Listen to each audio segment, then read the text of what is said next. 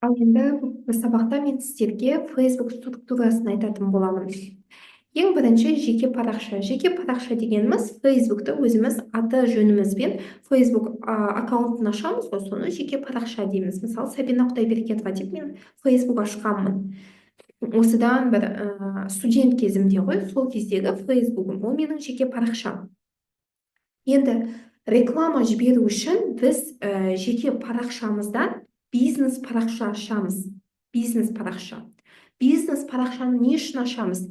Бизнес парақша ашып, бізге келген клиенттің Инстаграмы мен WhatsApp-ын жалғаймыз осы бизнес парақшаға. Сол үшін ашамыз. Клиентіміздің Инстаграмы мен WhatsApp-ын жалғау үшін. Одан кейін екінші жеке рекламный аккаунт дейді. Жеке рекламный аккаунт ашылады, ол не үшін? Жеке рекламный аккаунт ашып, біз клиенттің карточкасын жалғаймыз. Мына жерге жаза салайын, карточка. Клиенттің карточкасын жалғаймыз. Бизнес менеджер ашамыз. Бизнес менеджерде біз бизнес парақшалар тұрады, және де рекламный аккаунттарымыз тұрады. Инстаграм жалғап, WhatsApp жалғауға болады, пиксель, домен жалғаймыз. Яғни Инстаграм, WhatsApp уже жалғап қойғаннан кейін жалғамасаңыздар да болады, осы жақтан да жалғасақ болады. Бизнес менеджерға біз пиксель жалғайтын боламыз. Бірден жаңадан ашылған жеке парақша болса, екі бизнес менеджер ашуға болады. Екеуі де бірдей.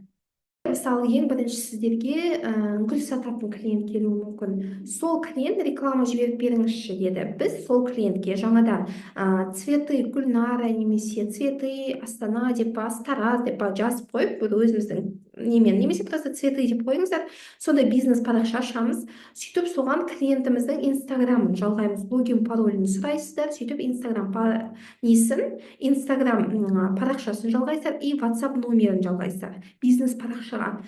Одан кейін сізге тағы да мебель на заказ келді, немесе сумка сататын клиент келді. Сол сумка сататын клиенттің де Инстаграм логин паролін сұрап, оған басқа парақша ашасыздар. Мысалы, реклама немесе таргет жарнамасы деген сияқты кез келген түсінікті атаумен жазып қойсаңыздар болады. Сөйтіп сол сумка сататын клиенттің де Инстаграмы мен WhatsApp-ын жалғайсыздар.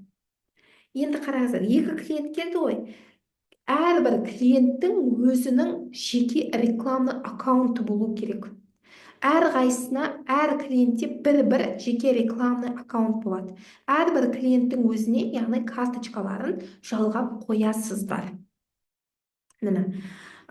Facebook'тың структурасы жалпы осылай тұрады. Осындай болады.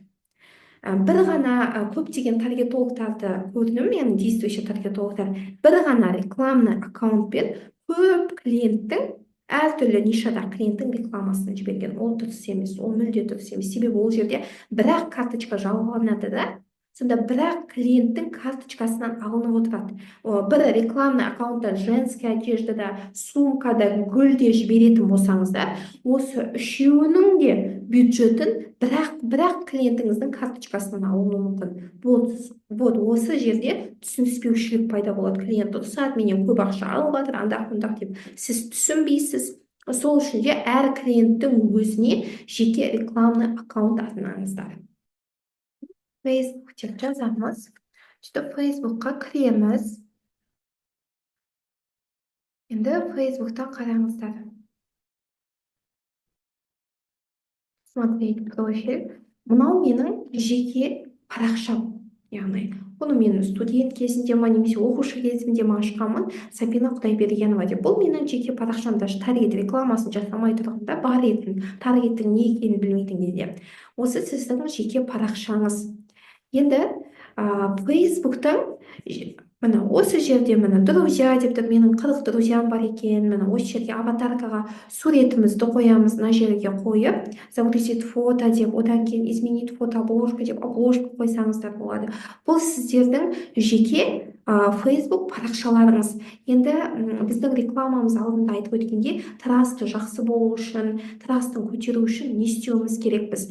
Трастың көтеру үшін біз мына жаққа кіресіздер да мынандай публикацияларға адамдарға лайк басасыздар, комментария жазасыздар, мынандай рекламаларға басып өтіп көріңіздер и өздеріңізге ұнаған мысалы мынандай публикацияларды нелеріңізге жіберіңіздер, подписка жасаңыздар, одан кейін өздеріңіздің ленталарыңызға жіберіңіздер и лайк басасыздар. Мына жақта друзьяларыңыз болады, мысалы подтвердить етіңіздер, мысалы танитын адамдарыңыз болса, осы нелерге адамдарға добавить друзья деп нелер тастаңыздар, иә. Одан кейін мына жақтан видеороликтар көріңіздер, лайк, оларға да комментария басыңыздар. Өйстіп маркетплейстар бар мына жақта, ол жақтан нелер қарасаңыздар болады. Просто кішкене трасын көтеру үшін мен бұл жақта только инстаграм жіберуші емес, бұл әлеуметтік желіні қолданамын деген мақсатта да.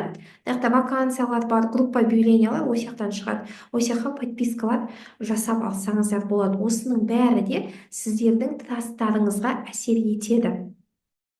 Трасттың жоғары болуына. Міне қазір мен мынаны бір рет обновление жасайын. Жаңағы менің жасаған мына публикация, міне 1 минут бұрын осыны мен өз лентама жіберіп қойдым. Осылай менің де трастым жоғары бола береді. Мен бұны көтердім, адамдарға лайк бастым, иә. Енді қараңыздар, бұл жеке парақша.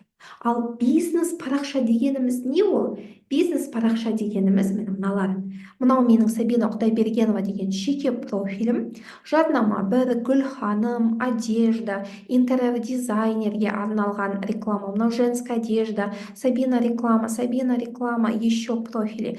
Бұның бәрі де менің клиенттеріме жіберген рекламаларым. Осылардың барлығы да бизнес парақша дейді. Осының барлығында да бір менің клиентімнің инстаграмы мен ватсабы жалған отыр. Түсінікті ғой, иә? Мынау жеке парақша, мынау бизнес парақшаларымыз.